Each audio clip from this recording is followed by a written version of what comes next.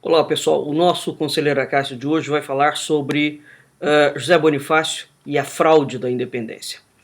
Virou moda no Brasil falar sobre a presença da esquerda no Brasil e dizer que o problema do Brasil começa com o regime militar em 1964 e efetivamente se aprofunda a partir da nova república, sobretudo com os governos do PT e o PSDB. Bem, isso absolutamente não corresponde à verdade.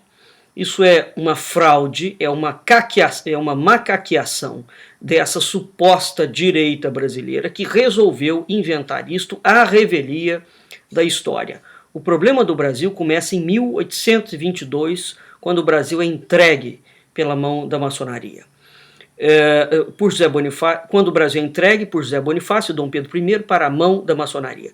A partir daquele momento, nós temos a implementação de um projeto revolucionário, ideológico, que vai ocupando todas as esferas do Estado. Portanto, o problema que nós enfrentamos hoje, ele começou há quase 200 anos atrás.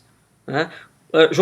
Culpabilizar isto, jogar isso na culpa do PT e do PSDB é não só reduzir o monstrengo, bem como empreender o melhor esforço possível para distorcer de fato o problema. Muito bem, aqui eu quero trazer para vocês alguns dados sobre os quais eu venho me debruçando em posts, programas de rádio, cursos, etc. Primeiro ponto que nos interessa, a narrativa da história do Brasil funciona da seguinte forma. Eles falam que a maçonaria não tem influência na história brasileira, mas curiosamente, os fundadores do Império do Brasil, quase todos eram maçons. Todos os ocupantes dos mais altos cargos administrativos do Império e da República eram maçons. A maior parte dos presidentes da República, todos eles foram maçons. Todas as revoltas e movimentos separatistas foram conduzidas por maçons antes de 1822 e depois de 1822. A narrativa do discurso da independência foi urdida por maçons. A imensa maioria dos jornais e periódicos do Brasil era de maçons. Apesar disso, essa gente fala que não existe nenhuma relação direta da maçonaria nem com a independência, nem com o império, nem com a república, etc. Quer dizer, os membros eram todos da maçonaria, mas a maçonaria não estava envolvida. Bem, atualizando os dados sobre essa bizarrice, o maior esquema criminal do mundo envolve políticos e partidos do PT, do PSDB, do PMDB. E o dinheiro vai para esses partidos, como a Lava Jato está mostrando. Apesar disso, os partidos dizem que os partidos não estão envolvidos no esquema. Perceber a lógica? Essa é a mesma lógica que eles têm, não é, quando eles falam da maçonaria. Ora, um outro ponto. A introdução atípica da figura de José Bonifácio no cenário da independência ainda merece acuradas investigações, dado que, quando José Bonifácio chega ao Brasil em 1819, praticamente todo o processo revolucionário, já estava pronto e prestes a explodir. Então essa produção ilustra certamente mãos invisíveis, porque ninguém há de ser ingênuo, a ponto de supor que um homem afastado da sua terra de nascimento por quase 40 anos tivesse meios e contatos influentes o suficiente a ponto de executar com minúcias de detalhe um projeto de viagens e de levantar apoios à causa da independência praticamente do dia para a noite, né? Porque ele teve poucos anos para fazer isso. Portanto, há já uma atividade da maçonaria sendo executada no Brasil e a documentação portuguesa com relação a isso é claríssima, né? Aliás, José Bonifácio, como funcionário da coroa portuguesa, conhecia e muito bem como é que funcionava as cortes. Ora, foi precisamente em cima das cortes que José Bonifácio investiu virulentamente com o falso argumento que ele criou para legitimar a tese da independência de que o Brasil havia sido colônia de Portugal, imputando crimes e ilegalidades, quando, na realidade, o ilegítimo, o fraudador de documentos, foi ele e Dom Pedro I, que exerciam, desde que Dom João foi embora, uma atividade administrativa ilegal, dado que um príncipe regente, por exemplo, não pode ter ministros, não pode fazer despacho, não pode criar lei, etc. Tal. Então, desde que Dom João foi embora, Dom João VI, o próprio gabinete que Dom Pedro montou foi absolutamente ilegal. Portanto, concerne considerar esses meandros, não é, em relação a uma tese que o José Bonifácio vai levantar. Existe uma outra situação aqui, que é o seguinte: José Bonifácio, quando cunhou a falácia de que o Brasil era colônia de Portugal, ele não sacou esse coelho da cartola de uma vez por um passe de mágica. Quando nós vamos estudar a obra dele atentamente, uma análise atenta da obra demonstra cabalmente que já existe uma larga produção de críticas e de ácidos de Bonifácio, afirmando Portugal como um país decadente, cujas causas residiam no descobrimento, na cristandade escolástica e na fidalguia cristã. Para o Bonifácio, o valor da fidalguia era coisa de toda nação ignorante e preguiçosa. Aonde está isso? Isso pode ser encontrado na sua obra Apontamentos sobre os Tolos, o Amor e o Gosto Apurado, Nação Ignorante. Isso faz parte da coleção José Bonifácio, documento 226. Ele dava como certo que Portugal era um país decadente, porque era cristão. E ele inventou novos rumos políticos para o Brasil, tirando o cristianismo. Em suas inúmeras notas, apontamentos e memórias, ele descreve a natureza do Brasil, concluindo que Portugal foi uma esteira errante que brilhou num instante e apagou-se para sempre. Aonde está isso? Na fonte, apontamentos extraídos da obra das colônias e da Revolução Atual da América, de Deprat. Isso faz parte do acervo do Museu Paulista de História na coleção José Bonifácio, no documento 89. Isso para citar apenas dois pequenos exemplos. Quando nós vamos à obra de Bonifácio, ele já tem uma tese, antes de ter acontecido a independência brasileira, ele já tem uma tese de separar o Brasil de Portugal. E ele faz coro, faz eco exatamente às ações da maçonaria, ao discurso da maçonaria, que dizia que Portugal era um país atrasado, que Portugal era um país fora de moda, que Portugal era um país incorreto. Por quê? Porque a coroa portuguesa era eminentemente cristã. E a coroa portuguesa, diferentemente de todas as coroas da Europa, nunca aceitou a presença da maçonaria. Então a maçonaria investe pesadamente contra a coroa portuguesa. Mas, apesar disso tudo, José Bonifácio, com o beneplácito e o aval de Dom Pedro I, criam a tese de que o Brasil foi colônia de Portugal. No outro conselheiro Acácio, nós falamos que Tito Livre Ferreira e Manuel Rodrigues Ferreira, que foram os historiadores que trabalharam em cima dessa tese falsa proposta por José Bonifácio, e eles apontaram o embuste dessa tese. E para descobrir esse embuste, esses autores pesquisaram, uma equipe na verdade, mais de 150 mil documentos. Veja, 150 mil documentos de fontes primárias, desmentindo a tese de José Bonifácio. Essa pesquisa que foi feita na década de 40, 50 do século passado, nunca foi desmentida. Porque para você desmentir, você precisa de mais 150 mil documentos. Então, é muito prudente ter em vista esse número, que é um feito único na historiografia brasileira.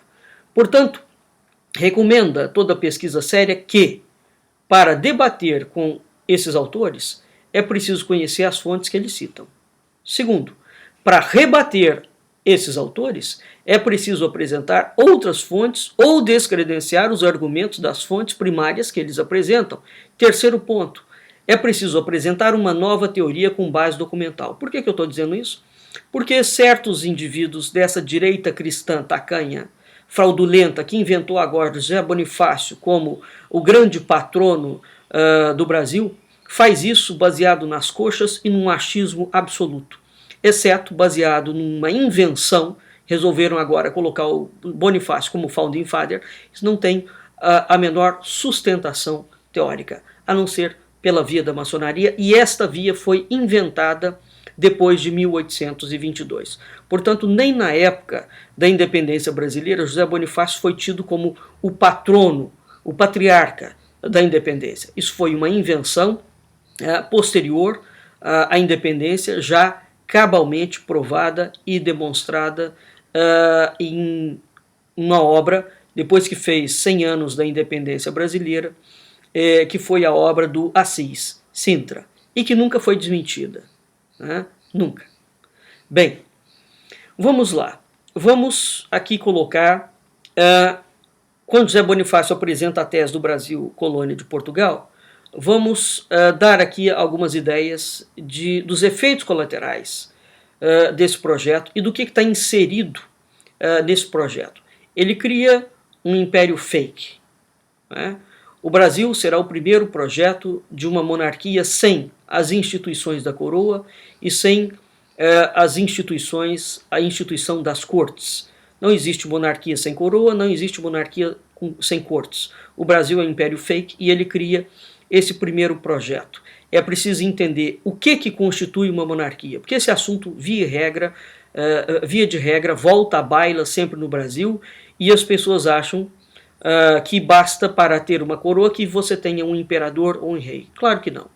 A coroa é mantida por instituições. Né? A família real ou imperial é uma instituição, a coroa é outra instituição, as cortes é uma outra instituição. Então é preciso entender isso, e no Brasil essa confusão é absolutamente brutal. A primeira Constituição brasileira, na época do Império, deu início à criação de um Estado totalitário. Eles desmontaram completamente a existência de um federalismo e transferiram todo o poder para o Estado totalitário, sobretudo na ideia do poder moderador. Portanto, evidentemente, quando você compara essa Constituição de 1824 com a Constituição que nós temos hoje, não há comparação. A Constituição de 1824 é muito melhor, sem sombra de dúvidas, mas é preciso começar a entender como é que foi sendo construído o Estado totalitário, socialista que nós temos hoje. Então, José Bonifácio cria o modelo de um Estado totalitário, juntamente com a maçonaria. Eles destroem o federalismo pleno, portanto, toda a atuação municipal que existia naquela altura, que era originária do processo de administração da coroa portuguesa. A cultura passa a ser um projeto de Estado, né? Portanto, eles passam a fabricar artificialmente a ideia de cultura, a ideia de identidade nacional, sob o patrocínio e o fomento do Estado. Ora, mas isso é exatamente o projeto socialista. Né? Eles recriam ou criam uma linha de pesquisa sob controle do Estado, de como se deve pensar, pesquisar e escrever a história do Brasil, conforme nós falamos no Conselheiro Acácio anterior. Eles reescrevem a história nacional, diplomática inclusive, onde eles vão forjar documentos históricos da coroa portuguesa. Quando eu digo forjar, é forjar mesmo. Eles vão tirar determinadas palavras e inserir outras palavras. Eles vão criar uma verdadeira cultura do patrimonialismo. Né? Eles vão deixar ao abandono as populações indígenas. Eles vão fazer um desmonte da indústria nacional e submeter a indústria, aquilo que vai ser chamado de indústria nacional, a naval inclusa, ao capital internacional e ao patrocínio internacional. Né? Aliás, é no Império que se faz a primeira dívida externa brasileira baseada em empréstimos internacionais impagáveis. Né? Eu já fiz um programa de rádio sobre isso, mostrando como é que se construiu, por exemplo, que se consolidou a indústria de construção pesada no Brasil. Né? Então foi criado na época do Império a dívida externa brasileira. Foi fomentado e praticado a eugenia através dos inúmeros projetos de branqueamento da raça. Isso foi uma proposta inglesa, foi uma proposta francesa, baseado no argumento de que os portugueses criaram uma raça burra de mestiços. Né? Eles criaram, essa tese criou a base dos argumentos de reivindicação dos afrodescendentes que a esquerda hoje tem. Né? Eles descolaram a cultura brasileira das suas raízes e matrizes portuguesas, europeias, judaicas, cristãs, gregas, indígenas, africanas. Essa tese do Bonifácio criou um assujeitamento cultural do Brasil às influências francesa, inglesa e alemã. Né? Nós tivemos o desdobramento dessa tese, a criação da Semana de Arte Moderna, sobre a premissa de que a cultura brasileira existe por si mesma. Né? Nós tivemos a criação do poder da magistratura e da força abusiva do império da lei, inclusivamente a toque de caixa às sociedades secretas ou iniciáticas ou discretas que estão por trás do esquema jurídico brasileiro. E nós tivemos a estatização contínua dos meios de produção. Nós tivemos a perseguição à igreja, à cultura e aos valores cristãos. Inseriram o pensamento e a cultura liberal maçônico. Aconteceu o aparelhamento das academias, dos grêmios literários, das universidades. compostas de quadros oriundos de entidades de classes oriundas de sociedades secretas, discretas ou iniciáticas.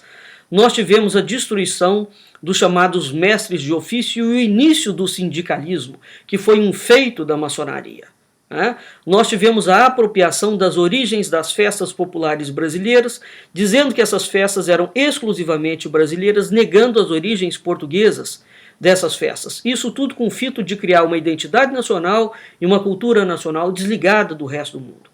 Nós tivemos a documentação dos escravos por Rui Barbosa, sim, que botou fogo nos arquivos depois da independência, impedindo que fosse indenizado, depois da abolição da escravatura, os escravos. Nós tivemos o início dos latifúndios. Ao contrário do que conta, a coroa portuguesa não tinha latifúndio, não permitia latifúndio.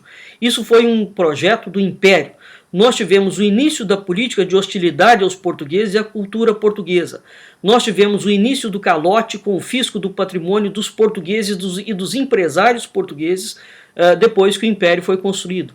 Nós tivemos o início do aparelhamento do Estado pelos grupos dos oligarcas, dos populistas e dos militares, que desde então, desde 1822, vem se alternando no poder, promovendo uma guerra intestina entre as suas facções, de modo a criar governos sucessivos, aonde foi sendo gradativamente implantado um Estado socialista.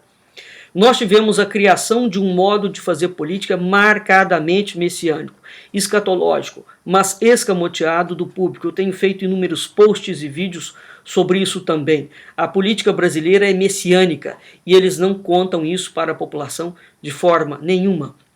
Portanto, aqui eu elenquei 28 itens. Poderia continuar apresentando outros exemplos que são decorrentes desta tese fraudulenta de José Bonifácio de que o Brasil foi colônia de Portugal. Mas esses poucos exemplos bastam para ilustrar a gravidade do que foi feito. E mais do que isso, hoje nós sofremos as consequências diretas desta teoria política que com o tempo foi sendo agravada pela e com a penetração dos discursos socialistas, positivistas, comunistas, gramscistas, até o Brasil ser mergulhado nesse mar de lama fétida que é hoje. Ninguém há de pensar que esses 28 itens que eu acabei de elencar é coisa de pouca monta. Ou há. Não é? Portanto, é curioso constatar que existe uma relação generalizada periférica sobre os males do Brasil, seguido sempre de uma recusa peremptória de descobrir a origem desses males. E mais, desviando a origem dos males e dizendo que o problema do Brasil começa com a Nova República. Não, a Nova República é uma outra etapa dentro desse processo.